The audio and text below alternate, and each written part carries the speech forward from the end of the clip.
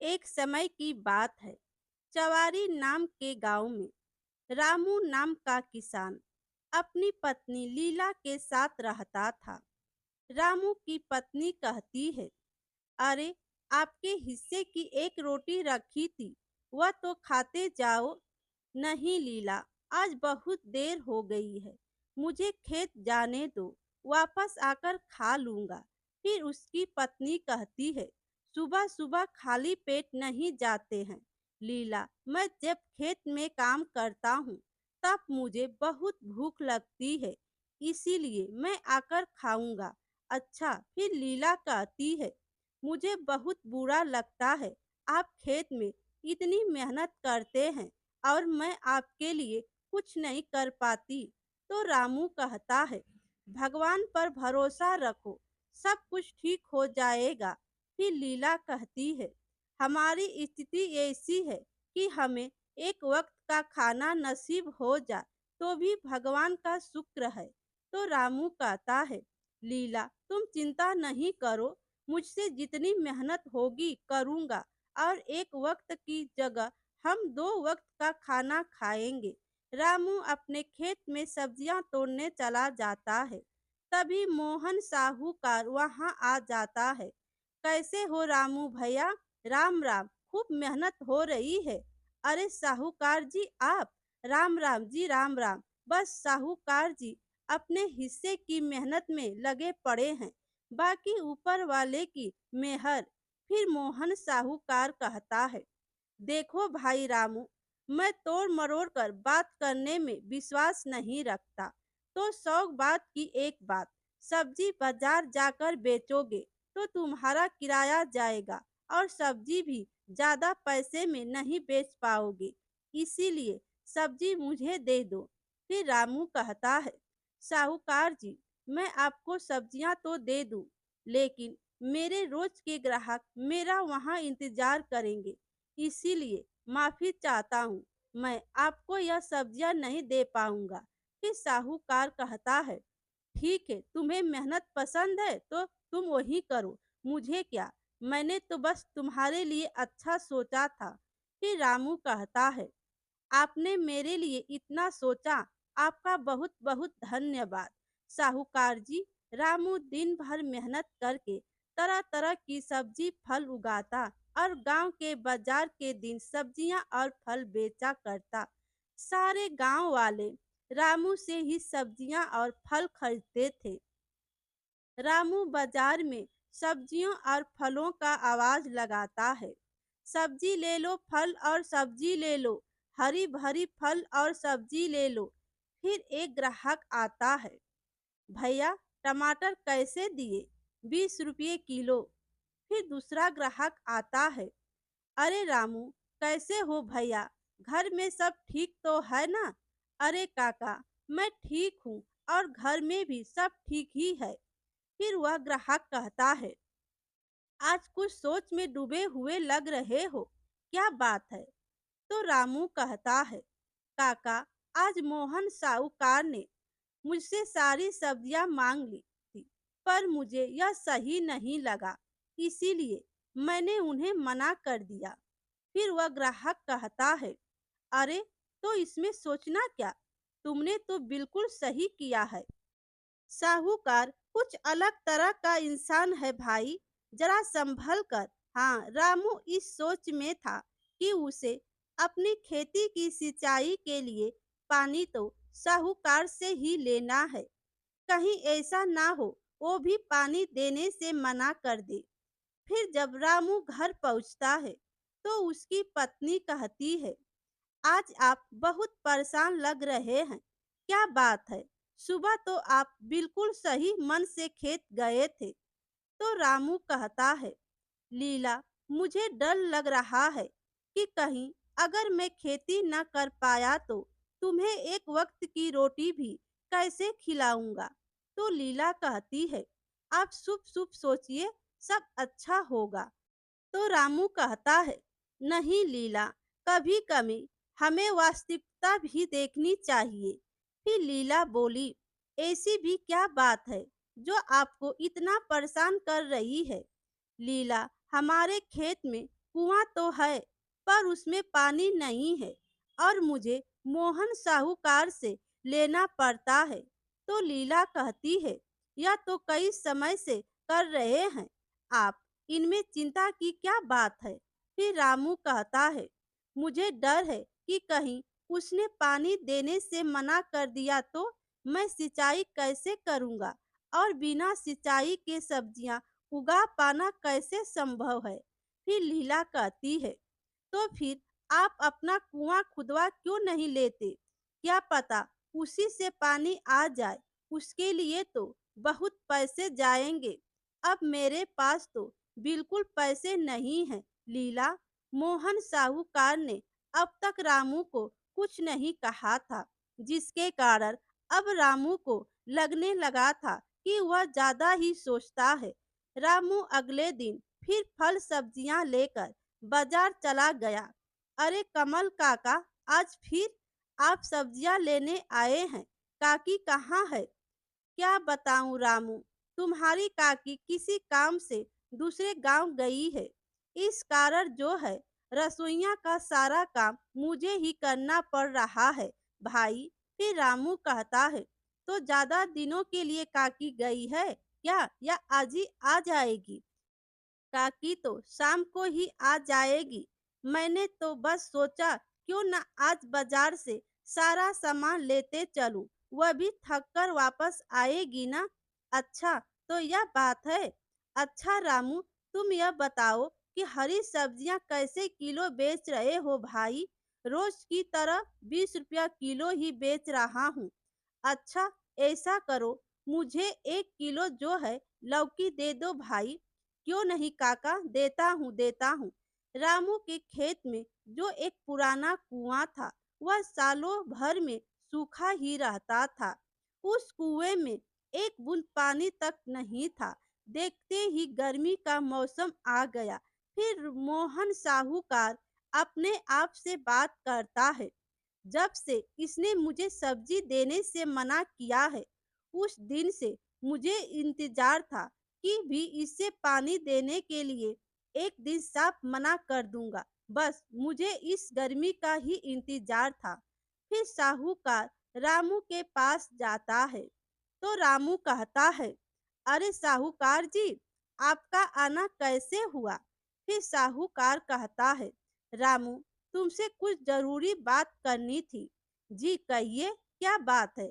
रामू, तुम तो जानते हो कि बात तो तोड़ मरोड़ कर करना मुझे पसंद नहीं है।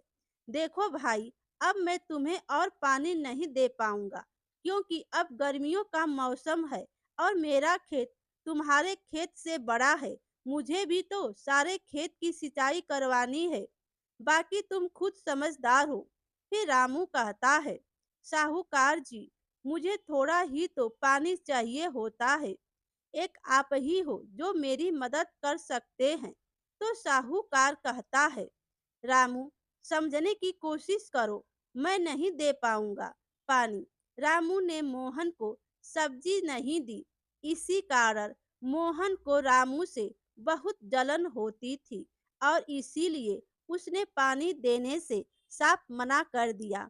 फिर रामू घर पहुंचकर कहता है, लीला, मैं बर्बाद हो गया। यह क्या हो गया? परेशानी आ पड़ी, अब हमारा घर का गुजारा कैसे होगा? लीला, ही लीला कहती है, क्या हुआ जी? इस तरह से क्यों परेशान हो रहे हैं? ऐसी क्या बात हो गई? फिर रामू कहता है, जिसका डर था वही हुआ लीला। साहूकार ने पानी देने से मना कर दिया। मेरा शक सही था। वो साहूकार मुझसे बदला ले रहा है। मैंने उसे सब्जियां नहीं बेची थी ना, इसीलिए वह बदला ले रहा है।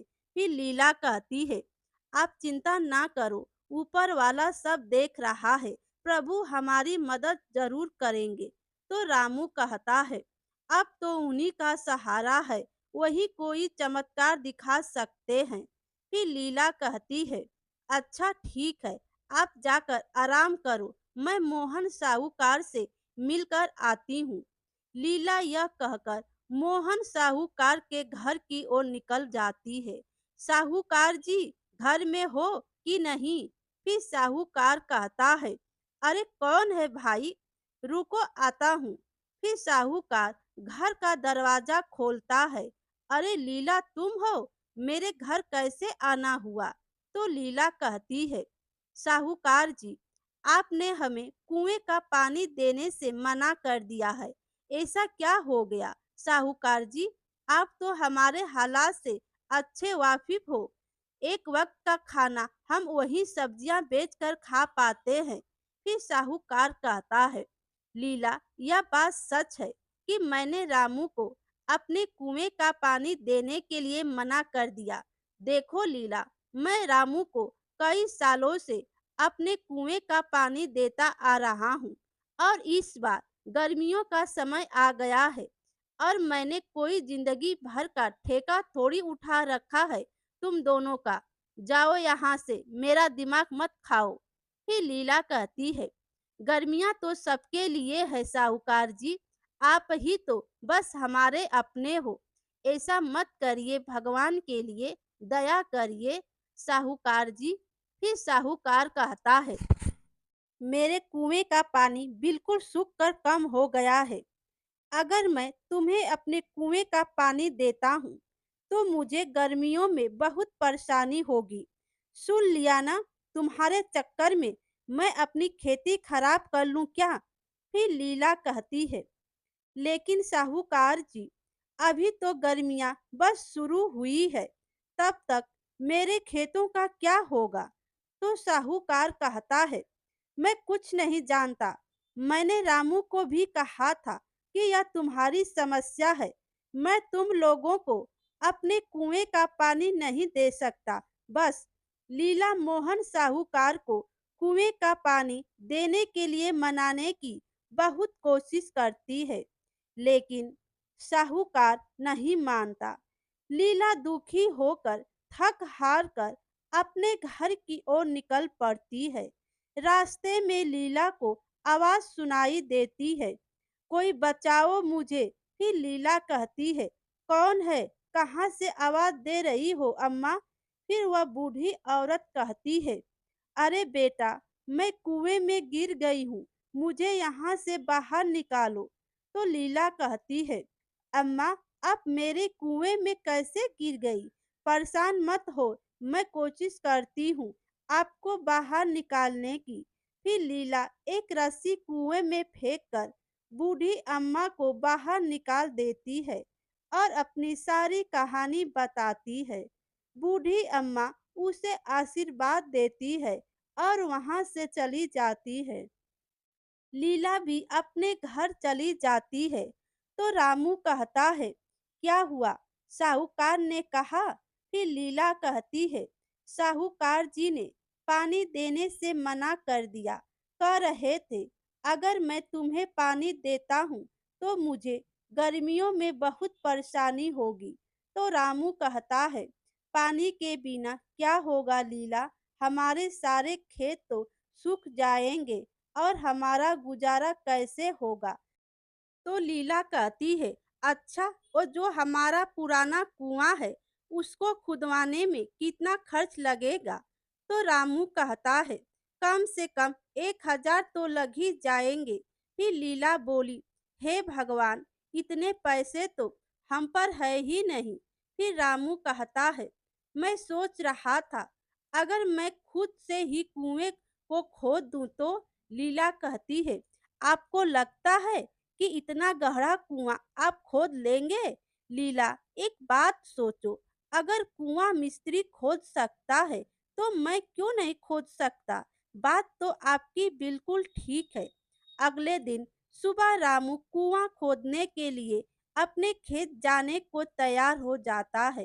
तो रामू कहता है, मुझे बहुत भूख लग रही है, जाओ और घर में जो कुछ भी है वह लेकर आओ, मैं खाकर चला जाऊंगा।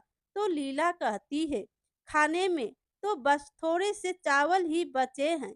तो रामू कहता है, कोई बात नहीं लीला, वही दे दो, आज बहुत मेहनत का काम करना है मुझे।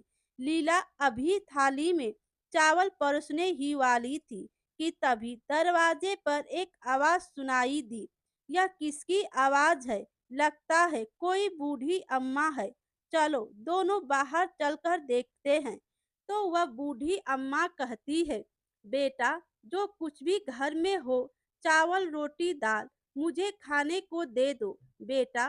फिर लीला कहती है, अरे आप तो वही अम्मा है ना जो उस दिन कुएं में गिर गई थी।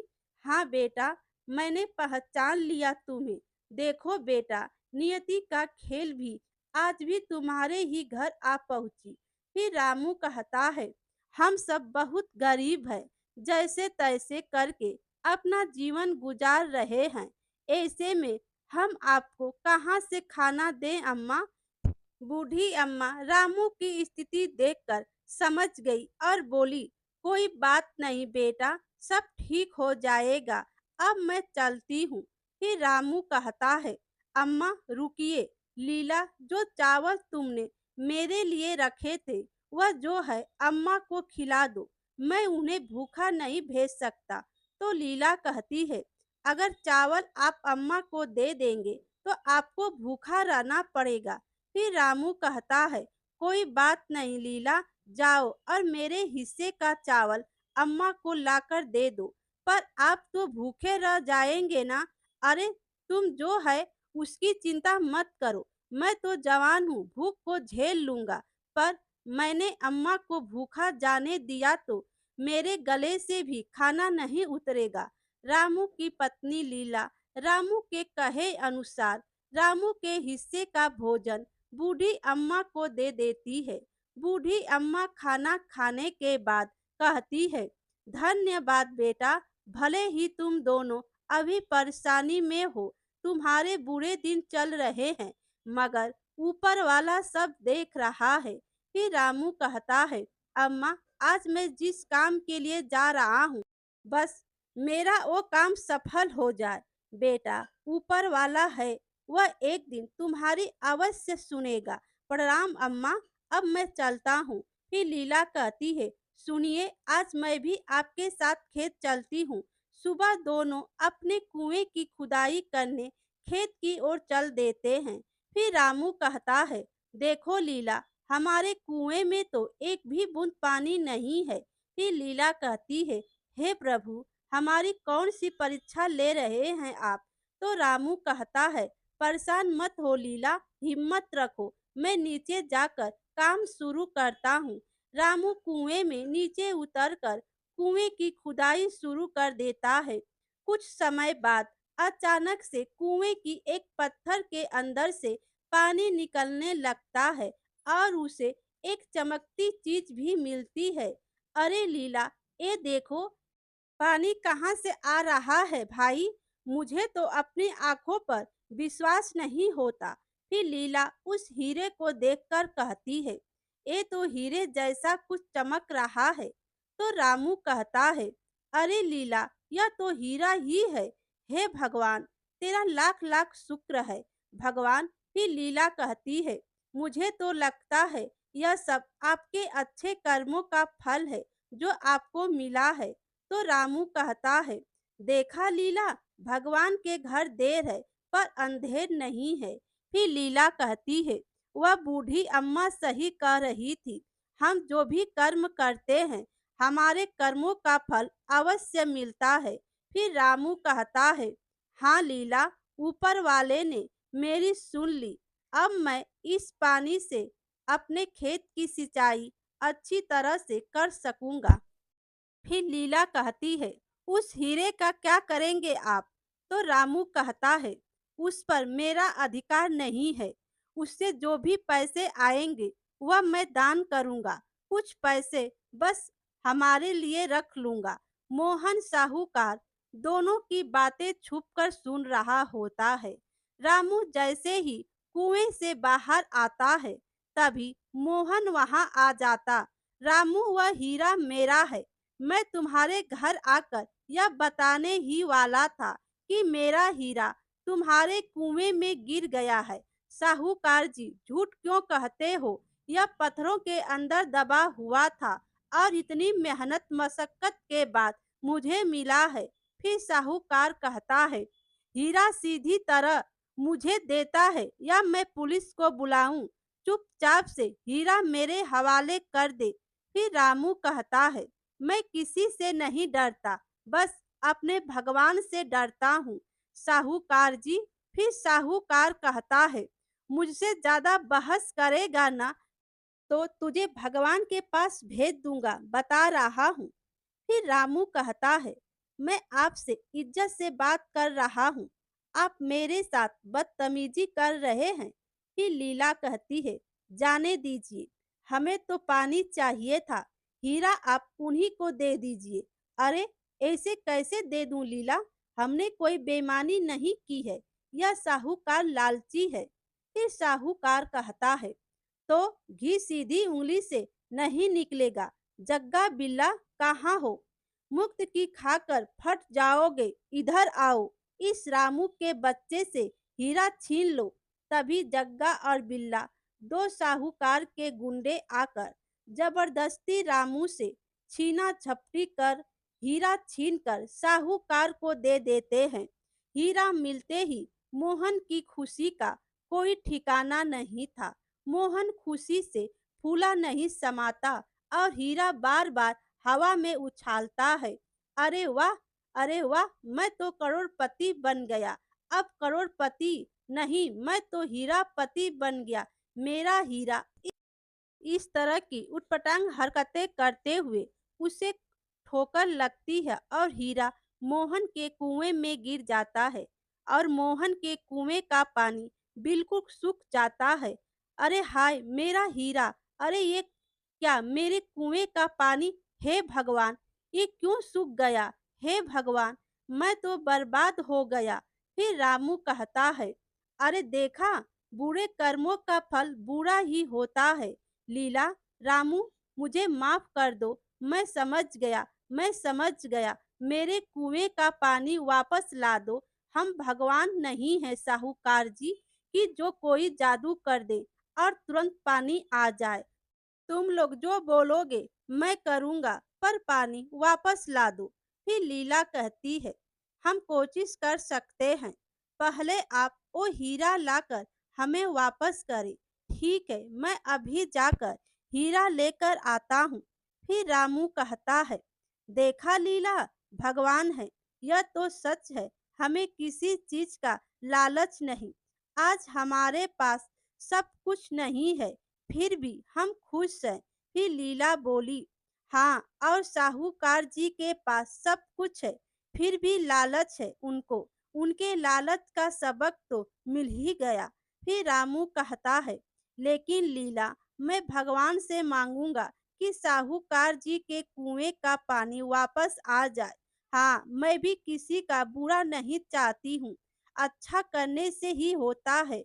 मोहन लीला को जैसे ही हीरा वापस लाकर देता है, लीला बहन लो, यह आपकी अमानत, आपका हीरा। लालच में आकर मैं यह सब अनर्थ कर बैठा, मुझे माफ कर दो, मैं तुम्हारा और रामू दोनों का गुनहगार हूँ। फिर लीला कहती है, साहूकार जी, देर आई पर दुरुस्त आए, मैं चाहती हूँ कि आपका कोई नुकसान ना हो। मोहन के कुएं में पानी वापस आ जाता है। देखो साहूकार जी, कुएं में पानी फिर से भर रहा है।